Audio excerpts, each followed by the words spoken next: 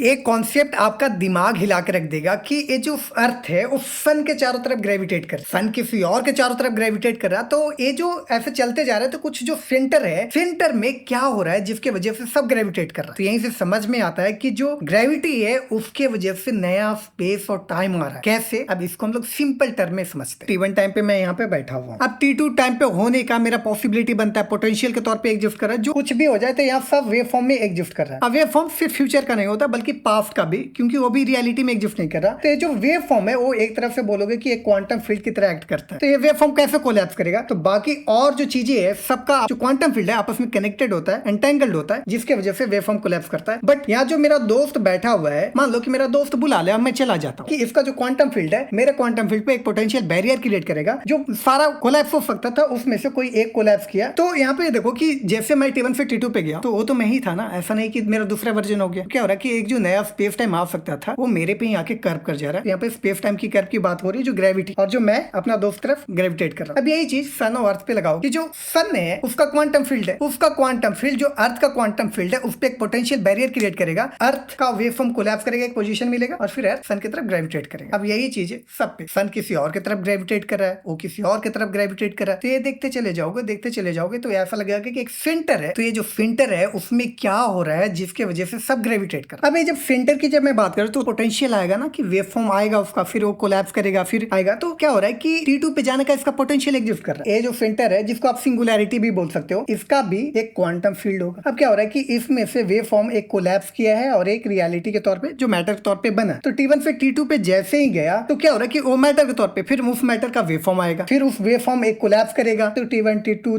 T3 ऐसे चलता जा रहा है, टाइम चेंज हो रहा है। फिर ये जो स्पिन कर रहा है वो कुछ और नहीं बल्कि क्वांटम स्पिन है, जिसके वजह से इसके जो बगल में मान लो कि कोई एक गैलेक्सी, तो क्या हो रहा है कि इसका क्वांटम फील्ड जो है इस पे एक पोटेंशियल बैरियर क्रिएट करेगा, जिसके वजह से इसका जो पोटेंशियल है जो कुछ होने का उसमें से कोई एक कोलैप्स करेगा और एक अपना स्पेस और टाइम लेगा। जैसे ये पोटेंशियल बैरियर क्रिएट करेगा ये इसके तरफ ग्रेविटेट करना शुरू करेगा। ये जो एक गैलेक्सी है वो किसी और है उसके तरफ चलेगा, इस पे इसका पोटेंशियल बैरियर क्रिएट करेगा। तो ये पूरा जो चेन है वो चलता जा रहा है। जैसे ही ये सिंगुलैरिटी या जो सेंटर की हम बात करें क्वांटम स्पिन हो रहा है, उसके वजह से सब ये होना शुरू हो जा रहा है। अगर ये क्वांटम स्पिन नहीं करेगा तो जब का तब रह जाएगा। क्वांटम स्पिन करेगा मतलब नया टाइम आ रहा है, टाइम चेंज हो रहा है, और टाइम चेंज करने के बाद सबका पोजीशन भी तो चेंज कर रहा है, मतलब कि टाइम और स्पेस दोनों साथ में आ रहा है। और यहाँ पे देखो क्वांटम स्पिन सिर्फ ये नहीं कर रहा, सब कर रहा है क्वांटम स्पिन। ऐसा नहीं कि सिर्फ ये जो सेंटर वही कर रहा है, बल्कि सब क्वांटम स्पिन में है और सबका वेव फॉर्म एक साथ कोलैप्स हो रहा है। ऐसा नहीं कि एक का आगे कर रहा है दूसरा का बाद में कर रहा है। तो उसके वजह से ही यहाँ पे आप बात करते हो कि स्पेस और टाइम नया आ रहा है, और यही ग्रेविटी की वजह